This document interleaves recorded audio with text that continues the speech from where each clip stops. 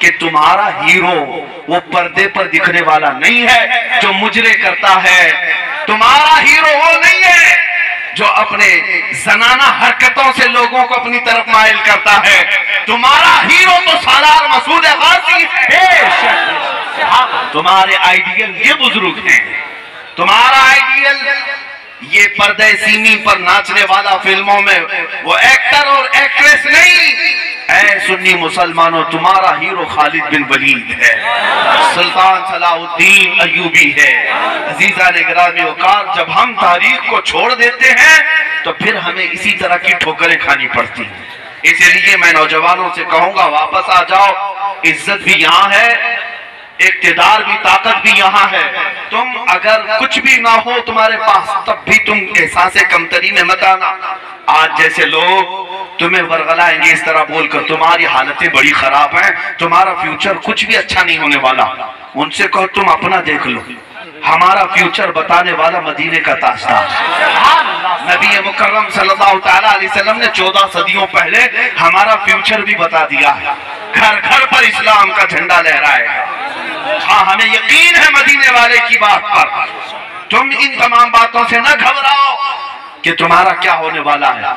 तुम्हारे पास जो दौलत है वो कौन सी है, मैं आपको बताता हूँ। एक बार नबी पाक सल्लल्लाहु तआला अलैहि वसल्लम जंग से वापस तशरीफ लाए, माले गनीमत तकसीम कर रहे थे। हम गरीब हैं इसलिए मैं आपसे ये बात कर रहा हूँ। हमारे पास अब सरमाया भी नहीं रह गया, सियासत भी नहीं रह गई, ताकत भी नहीं रह गई, क़ियादत भी नहीं रह गई, कुछ नहीं रह गया। लेकिन फिर भी मैं आपको फख्र करने का जरिया बताता। फख्र करने का जरिया है तुम्हारे पास, प्राउड फील करोगे। क्या चीज? हुजूर सल्लल्लाहु अलैहि वसल्लम सहाबा को माले गनीमत बांट रहे थे। उसमें अंसार सहाबा जो मदीने के थे और जो मुहाजिर सहाबा बाहर से हिजरत करके आए थे, दोनों को माल तकसीम करना था। रसूल पाक सल्लल्लाहु अलैहि वसल्लम ने मुहाजिर सहाबा को माल ज्यादा दे दिया और अंसार सहाबा को माल कम दिया। माल की तकसीम हो गई। ये रसूल पाक बेहतर जानते हिकमत क्या है। लेकिन बाद में अंसार सहाबा के आपस में चेमे गोइयां शुरू हो गई। सब आपस में बात करने लगे, रसूलुल्लाह ने उनको ज्यादा दे दिया, उनको ज्यादा दे दिया जो हिजरत करके आए थे। ये बातें फैलती फैलती हुजूर पाक सल्लल्लाहु अलैहि वसल्लम तक आ गई। नबी पाक सल्लल्लाहु अलैहि वसल्लम को जब ये खबर मिली कि अंसार में ये बातें चल रही हैं, हुजूर सल्लल्लाहु अलैहि वसल्लम ने अंसार के सरदार सहाबी को बुलाया और कहा, क्या तुम्हारी जमात में ऐसी ऐसी बातें चल रही हैं कि मैंने मुहाजिरीन को माल ज्यादा दे दिया और तुम लोगों को कम दिया? उन्होंने कहा, हाँ या रसूल अल्लाह, सब बातें चल रही। हुजूर सल्लल्लाहु अलैहि वसल्लम ने अंसार सहाबा को एक जगह जमा किया, कहा सब यहाँ जमा हो जाओ। सब जब जमा हो गए, मेरे आका तशरीफ लाए और नबी पाक सल्लल्लाहु अलैहि वसल्लम ने कैसा खुतबा दिया। हुजूर पाक सल्लल्लाहु अलैहि वसल्लम ने उनसे पूछा, फरमाया, ये बात सही है कि जब लोग मुझे छोड़ चुके थे मैं तुम्हारे यहाँ आया, तुमने अपनाया है, लेकिन क्या ये बात सच नहीं कि तुम ज़माने कुफ्र में थे, अल्लाह ने मेरी बदौलत तुम्हें ईमान अता किया? क्या ये बात सच नहीं है कि तुम आपस में लड़ते भिड़ते रहते थे, जिहालत के जमाने में थे, अल्लाह ने मेरी बदौलत तुम्हें इज्जत अता की? अंसार सहाबा ने कहा, या रसूल अल्लाह, जो कुछ भी हमारे पास है वो सब आपकी बदौलत है। अब सुनिए, मुझे ये वाकया, ये हदीस बयान करने की वजह क्या है? आखिर में मेरे आका सल्लल्लाहु अलैहि वसल्लम फरमाते हैं, ऐ अंसार सहाबा, क्या तुम इस बात से राजी नहीं हो कि लोग दुनिया का माल ले जाएं और जिसके पास माल नहीं है तुम मुझे ले जाओ? सुभान अल्लाह, सुभान अल्लाह। ये हदीस पढ़ने के बाद यकीन हो जाता है, जिसके पास कुछ नहीं होता उसके पास आमिना का लाल होता। नबी मुकर्रम सल्लल्लाहु तआला अलैहि वसल्लम की मोहब्बत जिसके पास है वो दुनिया की सबसे बड़ी दौलत रखता है। इसलिए मेरे अजीजों, ये दुनिया यूं ही खौफजदा नहीं है तुमसे। हाँ, तुम्हारे पास कोई दौलत तो है जिसको इकबाल कहता है, कुछ बात तो है कि मिटती नहीं हस्ती हमारी, सदियों रहा है दुश्मन दौरे जमा हमारा। मैं आपसे ये बात फिर से कह दूं, तुम्हारे पास जो लोग एहसास कमतरी दिलाते हैं वो पता नहीं क्यों दिलाते हैं, लेकिन कभी आपने सुना, आप न्यूज देखते हैं ना, मत देखा करो, सुनते हैं या पढ़ते हैं, लेकिन अभी सिवाय तुम्हारे नाम के और क्या चलता है न्यूज में? हाँ, बहुत सारे न्यूज चैनल तो ऐसे हैं जिनकी दुकान हमारा नाम लिए बगैर चलती नहीं, उनकी रोटी भी नहीं चलती। उन्हें नाम लेना होगा मुसलमान मुसलमान मुसलमान। आप देखें क्यों? उनसे पूछो मियाँ मुसलमान है कितने? छोटी सी तादाद है, 14% है, 14% है। और फिर हालात ये हैं कि इनकी सर्वे की रिपोर्ट बताती है सब टूटे बिखरे हुए हैं, दलित समाज से भी बैकवर्ड नीचे आ गए हैं, इल्म में पीछे हैं, अखलाक में पीछे हैं, माल में पीछे हैं, डिपार्टमेंट में नहीं है, सिस्टम में नहीं है, कहीं नहीं है। ये सारी रिपोर्ट इन्होंने बयान की है। लेकिन मैं ये कहता हूं जो इतनी टूटी फूटी जमात है तो फिर ये मीडिया के सामने क्यों 24 घंटे डिस्कस का निशाना बनती? हर कोई हम पर क्यों डिस्कस कर रहा है? छोड़ दो ना इस जमात, जब इसके पास कुछ है ही नहीं। ये जमात टूटी बिखरी हुई है तो क्यों इतना डिबेट हमारे ऊपर होता है? सिर्फ हमारे ऊपर अजान, नमाज, मस्जिद, दाढ़ी, मिंबर, बुर्का, यही सब है। क्यों है? मैं आपको बताता हूँ। दुनिया को पता है तुम्हारे पास कुछ नहीं है, कुछ नहीं है, टूटे बिखरे हो, लेकिन उस दुनिया को ये पता है कि तुम्हारे सीनों में छुपी हुई इश्क रसूल की शमा मौजूद है। ये जिस दिन भड़कती है मोहब्बत मुस्तफा की शमा, दुनिया में इनकलाब आ जाता है, दुनिया में इनकलाब आ जाता है। इसीलिए मैं कहता हूँ, इकबाल ने कहा था कुछ बात तो है कि मिटती नहीं हस्ती हमारी, सदियों रहा है दुश्मन दौरे समा हमारा, यूनान और मिस्र और रोमा सब मिट गए जहां से, बाकी मगर है अब तक नामो निशा हमारा, तौहीद की अमानत सीनों में है हमारे, आसान नहीं मिटाना नामो निशा हमारा। इसलिए ऐ सुन्नियों, फख्र करने का जो सबसे बड़ा जरिया तुम्हारे पास है वो मोहब्बत मुस्तफा है। मैं अभी नाम लेता हूँ मुहम्मदुर रसूलुल्लाह सल्लल्लाहु अलैहि वसल्लम। मैंने किसका नाम लिया? मेरे मुस्तफा का। लेकिन मैंने मजमे में देखा हर कोई उंगलियां उठाया, अपने लबों से चूम कर आंखों पे लगा। किसने कहा तुमको? मैंने माइक से ऑर्डर तो नहीं दिया कि मैं नाम लूंगा तुम उठा के चूम लेना, मैंने किसी से कहा तो नहीं। मैं इधर मेरे मुस्तफा का नाम ले रहा हूँ और तुम्हें होश भी नहीं, तुम अंगूठे चूम कर आंखों से लगा रहे हो।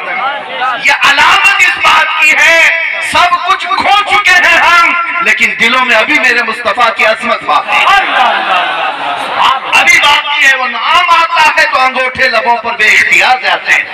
ये हमें ये अल्हम्दुलिल्लाह फख्र है इस बात पर कि हमारी माओ ने सिर्फ दूध नहीं इश्क रसूल भी पिलाया। नारे तकबीर, नारे रिसालत, मसलके आला हज़रत हज़रत अल्लामा मुफ्ती सलमान अज़हरी साहब क़िबला, आमदे हुजूर साहिबे सज्जादा, खानकाहे रज़विया बरेली शरीफ मरकज़ अहले सुन्नत। मेरे अजीजों, अब मैं आपको ये बात भी बता दूं, दूसरे लोग कोई डरता है, सहमता है तो उसकी बात अलग है, लेकिन बहराइच वालों की एक बड़ी जिम्मेदारी, बहराइच में रहने वालों की एक बड़ी जिम्मेदारी है। इसलिए कि बहराइच में दयारे गाजी मौजूद है और वो गाजी है, शहीद भी है। आपको पता है उनका मकाम और मर्तबा सुल्तान सैयद सालार मसूद गाजी, उनको सुल्तानुल औलिया कहा गया। बाद बुजुर्गों ने फरमाया विलायत गौसे आजम के दरबार से पहले बहराइच आती, सैयद सालार मसूद गाजी रहमतुल्लाह अलैह से अजमेर जाती, अजमेर से विलायत तकसीम होती। सैयद बाद बुजुर्गों के अक़वाल है, लेकिन मैं आपको बता रहा हूं इस बुलंद वाला मकाम पर पहुंचने वाले सालार मसूद गाजी, उम्र इनके इंतकाल के वक्त सिर्फ 19 साल की थी। 19 साल की करियर जवानी में या 20 साल जो आपकी टीन एज रही है, वो एज तो अभी अभी शुरुआत की होती है जवानों की। लेकिन सालार मसूद गाजी की तारीख पढ़ने वाला जानता है, उनको सुनने वाला जानता है कि वो अपना सब कुछ छोड़कर मैदान में उतरे हुए थे। और मेरे मुस्तफा के वो ऐसे शेर हैं, पता नहीं कैसे कैसे देव को जमीन पर गाड़ कर रखा है।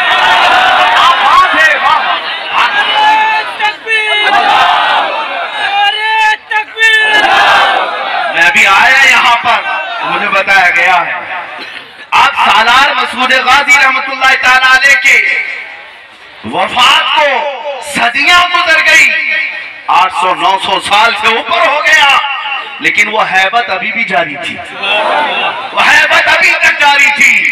लेकिन हो सकता है तुम्हारे चंद बुरे अमाल की वजह से कोई कीड़ा फिर से उड़ने लग जाए। इसलिए मैं कहता हूं मिशन मसूद गाजी को जिंदा करो। हर जवान को ये सिखाओ कि तुम्हारा हीरो वो पर्दे पर दिखने वाला नहीं है जो मुजरे करता है। तुम्हारा हीरो वो नहीं है जो अपने जनाना हरकतों से लोगों को अपनी तरफ माइल करता है। तुम्हारा हीरो तो सालार मसूद गाजी है।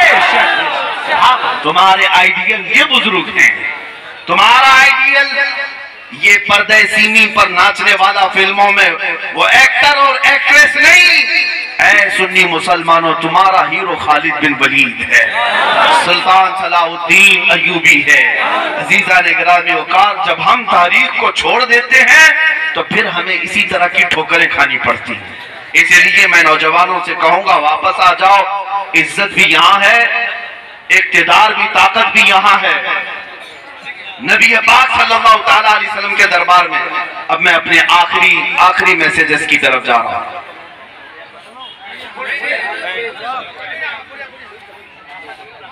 फिर भी मैं आपको उस पैगाम की तरफ ले जा रहा हूं। तुम्हारे पास कोई चीज रहे ना रहे मेरे अजीजों, आंखों का सुरमा जरूर रहना चाहिए। आंखों का सुरमा, आंखों का काजल, लेकिन वो नहीं जो डब्बी में रखा हुआ है या शीशी में रखा हुआ है। आला हज़रत ने जो फरमाया ना, आंख से काजल साफ चुरा ले, या वो चोर बला के हैं। कोई चोर आज तक देखा आपने आंखों से काजल भी चुरा के ले जाता है? कोई चोर ऐसा देखा है? लेकिन आला हज़रत फरमाते हैं ऐसे चोर। मेरे अजीजों, मोमिन की आंखों का काजल इश्क़ मुस्तफा होता, मोहब्बत मुस्तफा उसकी आंखों का काजल है। जिसके सीने में हुजूर की मोहब्बत है उसकी आंखें भी रोशन है, उसकी आंखें चमकदार हैं। इस काजल को हमेशा सलामती के साथ रखो और फिर फख्र के साथ। मेरे अजीजों, जीना है, हम अल्हम्दुलिल्लाह हक का ऐलान करते हुए जिएंगे और मरना है मेरे मुस्तफा के नाम पर। इससे बेहतर मौत और क्या हो सकती है? इससे बेहतर मौत और क्या हो सकती है? कुछ लोग हमें इस बात को लेकर के कहते हैं कि अभी हालात ऐसे हैं, आप इनके ऊपर फला हो गया, उनके ऊपर फला हो गया। एक साहब कह रहे थे कि हमारे जलसे में लब्बैक या रसूल अल्लाह का नारा लग रहा था। अल्हम्दुलिल्लाह मुझे इस बात पर कोई वो नहीं, झिझक नहीं। मेरा कोई जलसा उस वक्त तक मुकम्मल होता नहीं, अभी कितने महीनों से देख रहा हूँ, जब तक जलसे में लब्बैक या रसूल अल्लाह पुकारा नहीं जाता। और हमें डर नहीं इस बात का। लेकिन कोई साहब मुझसे कह रहे थे नारा लगाने की वजह से हमारे फलां दोस्त को उठाकर ले गए और केस कर दिए उस पर। मैंने कहा इससे बेहतर केस क्या हो सकता है? इससे बेहतर केस क्या हो सकता है? करने दो, अच्छी बात है। जब पहुंचना मेरे मुस्तफा की बारगाह में तो अर्ज करना, आका दुनिया ने फंडा डाला था मेरे जिना पर नहीं, चोरी पर नहीं, डकैती पर नहीं, आपके नाम को पुकारा था, लोगों ने हथकड़ी पहनाई थी। यकीन जानो वो ताजदार कायनात इतने गैरतमंद हैं, तुम्हें पुकारेंगे और बुलाएंगे, आजा मेरे गुलाम, मेरा दामन तेरे लिए बिछाओ।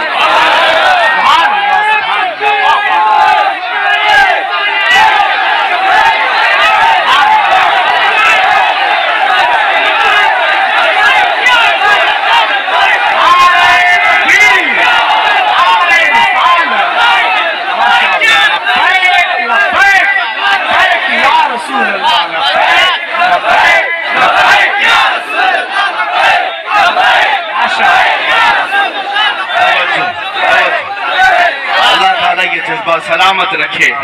देखिए मिंबर से भी आप नाज़िम इजलास भी नहीं डर रहे, लब्बैक का नारा वो भी लगा है। तो बहुत सारे लोग हमारे अगल बगल आने से भी डरते हैं कि इनके साथ खड़े रहेंगे तो फोटो में आ जाएंगे, केस ना हो जाए। मुझे डर नहीं है, लेकिन अगल बगल आने वालों को अगर डर लगता है तो वो उनका मसला है। अल्हम्दुलिल्लाह हमें इस बात का फख्र है कि आज अगर गुस्ताखों के साथ कोई खड़े होकर शर्म नहीं करता और हम जिसके नाम के लिए ऐलान कर रहे हैं, हमारा यकीन है कल क़यामत के दिन देखा जाएगा तुम कहां खड़े रहोगे, हम कहां खड़े रहेंगे। इंशाअल्लाह लजीज, क्योंकि मेरे आका की हदीस है, अल मर्उ मअ मन अहब्बा, आदमी क़यामत के दिन उसी के साथ रहेगा जिससे दुनिया में मोहब्बत करता था, जिससे मोहब्बत करता था उसी के साथ रहेगा। हाँ, उन लोगों का ईमान और उन लोगों का खात्मा, उन लोगों की आखिरत का पता नहीं हमें, जो यहाँ आज नारे लगाते लगाते बेचारे थक गए। हमने देखा है कुछ लोग 40-40 साल पार्टी की खिदमत किए और अभी ऐसे सन्यासी बन गए, उनको कोई पूछता भी नहीं। क्या ये हालात है कि नहीं? हालात है। बेचारे इतनी मेहनत करके 40-40 साल, किसको कहते, जिंदगी बिता दिया और खिदमत करते रहे, लेकिन उनको साइड लगा दिया गया। अब तुम्हारा काम नहीं, बूढ़े हो गए, जाओ। लेकिन मैंने देखा है जो मेरे मुस्तफा की खिदमत करता है, जो नबी पाक के इश्क की बोली बोलता है, फिर वो 85 साल का हो जाए कि 90 साल का हो जाए, दुनिया उसे कभी साइड नहीं लगाती। वो जितना बूढ़ा होता है उतनी इज्जत बढ़ती जाती है, बेशक उतनी इज्जत बढ़ती जाती है। तुम ला करके दिखा देना 1 लाख नौजवान जो अपने आप को हैंडसम कहते हो, खूबसूरत कहते हो, 1 लाख जवानों को लाकर खड़ा कर दो और एक तरफ 75 साल ताजु शरिया को बैठा, 1 लाख जवानों की खूबसूरती अलग है, 75 साल ताजु शरिया की खूबसूरती आंखें चंदिया जाए, आंखें चंदिया जाए। हर एक पुकार कर कहेगा असल खूबसूरती तो मुस्तफा के कदमों में है। जो नबी का हो गया, अल्लाह उसे खूबसूरती से भी नवाजता है। वो बूढ़ा भी हो जाता है लेकिन जवानों से ज्यादा हसीन रहता है। इसलिए मेरे अजीजों, नबी पाक सल्लल्लाहु तआला अलैहि वसल्लम के कदमों में इज्जत ढूंढो। दुनिया तुम्हें वरगलाती है, जिस तरह की भी हरकतें आज हो रही है, इसलिए मुझे बार बार कहना पड़ रहा है, तुम कभी भी अपने आप को एहसास कमतरी में मुब्तला मत होने देना कि तुम कमजोर हो, तुम्हारा कोई फ्यूचर नहीं, तुम्हारा कोई मुस्तकबिल नहीं। अल्हम्दुलिल्लाह हम जिस तरह है, अपने नबी के गुलाम होने पर हमें फख्र रहेगा, हमारे अपने नबी पाक के गुलाम होने पर हमें फख्र रहेगा। और दुनिया जिस तरह की आजमाइशें लेती है, मैं आपको बताऊं, हजरत सुहैब रोमी एक सहाबी 27 साल के जवान थे और उनको जब मेरे मुस्तफा करीम से मोहब्बत हो गई, माँ भी बाप भी दुश्मन काफिर, दोनों लड़ते थे अपने बेटे से, और इनकी जवानी का हाल ये था, इतनी उम्दा खुशबू लगाते कि गलियों से गुजरते तो पूरी गली महकती थी। सुहैब, हजरत सुहैब, और बड़े मालदार के बेटे थे, लेकिन जब हुजूर की मोहब्बत में फिदा हो गए, माँ भी दुश्मन है, बाप भी दुश्मन है, दोनों कहते थे छोड़ दे मोहम्मद को, छोड़ दे मोहम्मद को। लेकिन दिल में जब मेरे मुस्तफा का इश्क समा जाए तो इस्तिकामत किसे कहते, सुनो, जिसको आला हजरत फरमाते ना, जान है इश्क मुस्तफा, रोज वजू करे खुदा, जिसको हो दर्द का मजा नाज़े दवा उठाए क्यों। एक वक्त ऐसा आया कि जब रसूल पाक सल्लल्लाहु अलैहि वसल्लम हिजरत करके मदीने चले गए, तो हजरत सुहैब भी कहने लगे अपने घर में, अब मैं मक्का में नहीं रहूंगा, मैं भी मदीने जाऊंगा। बाप ने कहा मेरी जायदाद पूरी तुझे लिख कर देना होगा, तुझे एक फूटी कोड़ी भी नहीं दूंगा। उन्होंने कहा ले लो पूरी जायदाद, मुझे नहीं चाहिए। अकलौते बेटे, पूरी जायदाद ले लो। साथ दे दिया और निकल पड़े। तो माँ ने पीछे से पुकार कर कहा तेरे जिस्म पर जो लिबास है ना, वो भी हमारी कमाई का है, वो भी हमारी कमाई का है, वो भी देकर जा। उन्होंने कहा ये भी नहीं चाहिए। उतार दिया, गोनी पहन लिया, टाट की गोनी, बबूल के कांटे लगा लिए और इसी तरह चलते रहे। लेकिन क्या इतने पर बस कर दिया? मालदार बाप का गुंडों को उजरत पर लाया, कहा कि मेरा बेटा मक्का की सरहदें क्रॉस करने लगे, उसे मार मार कर इतना जख्मी करो कि घर वापस आ जाए। बड़े ताकतवर गुंडे बीच रास्ते में आए, हजरत सुहैब को पकड़ा और मारने लगे। इतना मारा कि उनकी नाक फट गई, उनके घुटने तोड़े, बहुत जख्मी किया। जब वो जख्मों की ताब न लाकर गिर पड़े तो आए हुए गुंडों ने पूछा चल अब थक गया ना, घर वापस चल। उस वक्त सुहैब कहने लगे नहीं, मुझे मदीना जाना है, मुझे मेरे मुस्तफा के यहाँ जाना है। मेरे अजीजों, जख्मों की दवा तो मेरे मुस्तफा के पास, ये उसके लिए है जिसका सीना मेरे नबी की मोहब्बत से जगमगा रहा है। वो थक हार करके छोड़कर चले आए और उसके बाप से आकर कहा कि तुम्हारा बेटा बड़ा जिद्दी है, नहीं मानता, बहुत मारा हमने, जख्मी भी हो गया लेकिन फिर वैसे ही चल पड़ा। वो लंगड़ाते हुए जख्मों की हालत में 9 दिन का सफर करके मदीने आए, पैदल चलते हुए आए। नबी पाक सल्लल्लाहु अलैहि वसल्लम शाम के वक्त सहाबा कहते हैं मस्जिद नबवी की तरफ जा रहे थे, लेकिन गर्दन ऊंची कर करके किसी का इंतजार कर रहे थे। सहाबा पूछते या रसूल अल्लाह, कोई कबीला कोई वफ्द आने वाला है मुलाकात के लिए? हुजूर फरमाते नहीं, मेरा एक दीवाना आ रहा, जख्मों से चूर चूर मेरे पास आ रहा है। सहाबा देखते हैं गौर से कि कौन आ रहा है, तो देखा लंगड़ते लंगड़ते हजरत सुहैब आ रहे थे। जब वो करीब आए, नबी पाक सल्लल्लाहु अलैहि वसल्लम ने उनको करीब किया, सीने से सीना लगाया और अपनी चादर उठा करके उनको पहना दिया। हजरत सुहैब कहते हैं मुझे जितना मारा गया था, जितने जख्म थे, मुझे पता ही नहीं चलता था कि कोई जख्म हुआ भी था कि नहीं, कोई दर्द था या नहीं था, मुझे एहसास तक नहीं था। या रसूल अल्लाह कुल्लु मुसीबतिन बादक जुललन, उनका ये नारा था वो सहाबा का, ऐ अल्लाह के रसूल अगर आप हैं तो हर मुसीबत छोटी है, हर मुसीबत हल्की है। इसीलिए नौजवानों, हजरत सुहैब ने कहा, चादर पहन करके उनकी वसीयत थी, मैं मरूंगा भी तो मेरे कफन में यही चादर रखना, इसलिए कि दुनिया में सबसे ज्यादा अगर कोई प्यार करता है तो वो माँ है, लेकिन मेरे साथ तो मामला ऐसा है, मेरी माँ ने भी मेरे कपड़े उतार लिए। जब दुनिया में माँ छोड़ देती है, मदीने का ताजदार सीने से लगाता है, उसे अपने जिलों में जगा देता है। इसीलिए मैं कहता हूँ, ऐ नौजवानों, इन मुसीबतों से न घबराना, बल्कि मेरे आका की तरफ अर्ज करना, या रसूल अल्लाह हर सितम हर मुसीबत गवारा है, हर सितम हर मुसीबत गवारा है। या रसूल अल्लाह एक बार तू कह दो कि तू हमारा, या रसूल अल्लाह एक बार तुम कह दो कि तू हमारा है। बस इसी आस के साथ जीते रहो, वो दिन आएगा जब हमारी आंखें बंद होने को होंगी, सिरहाने कोई और नहीं मेरे मुस्तफा तशरीफ लाए। अज़ीज़ान इकराम वक़ार, जब हम कब्र में भी पहुंचेंगे तो उनके चेहरे नहीं देखेंगे, मदीने के ताजदार को देखेंगे। उनके पास जब जाना ही है, कब्र में सामना करना है या नहीं करना है, हश्र में हुजूर का सामना करना है या नहीं करना है, जब सब जगह तुम्हें हुजूर का सामना करना ही है तो आला हजरत की बात सुन लो क्या कहते हैं, तुम जिंदगी में हो या कब्र में हो या हश्र में हो, वो जो ना हो तो कुछ ना हो, वो जो ना हो तो रसूल अगर नहीं है तो कुछ नहीं है, तुम्हारा वजूद भी नहीं, नाम भी नहीं। हाँ, एक बात याद रख लो, अगर ये नाम से निस्बत खत्म हो गई, कुछ नहीं है, बेजान लाशें हो। हाँ, जैसे अभी आपने देखा एक राफजी कुत्ता निकला था 1 साल पहले और कह रहा था कि मैं कुरान बदल दूंगा, और कह रहा था कि मोहम्मद के चरित्र पर मैं किताब लिख दूंगा। मैं पूछता हूँ वो कुत्ता कहाँ गया, जिसने नाम भी बदल लिया, धर्म भी बदल लिया और जाकर धोती में बैठा रहा। बाद में पता चला कि उसको वहां से भी लात मार करके गटर में भेज दिया गया। यही तो आला हजरत ने फरमाया था 100 साल पहले, या रसूल अल्लाह जो तेरे दर से यार फिरते हैं, दर बदर यूं ही खार फिरते हैं, दर बदर यूं ही खार फिरते हैं। इसीलिए सुनियो, तुम्हें ये मैसेज दूंगा, वो जो ना हो तो, याद है या नहीं, वो जो ना हो तो रसूल पाक ना हो तो न जिंदगी है, न कब्र है, न हश्र है। जब रसूल का होना जरूरी है तो आला हजरत का मैसेज ये है, आज ले उनकी पनाह, आज मदद मांग उनसे, आज ले उनकी पनाह, आज मदद मांग उनसे। कल न मानेंगे कयामत में, अगर मान गया उन्हें जाना, उन्हें माना, न रखा गैर से काम, लिल्लाहिल हम्द मैं दुनिया से मुसलमान गया।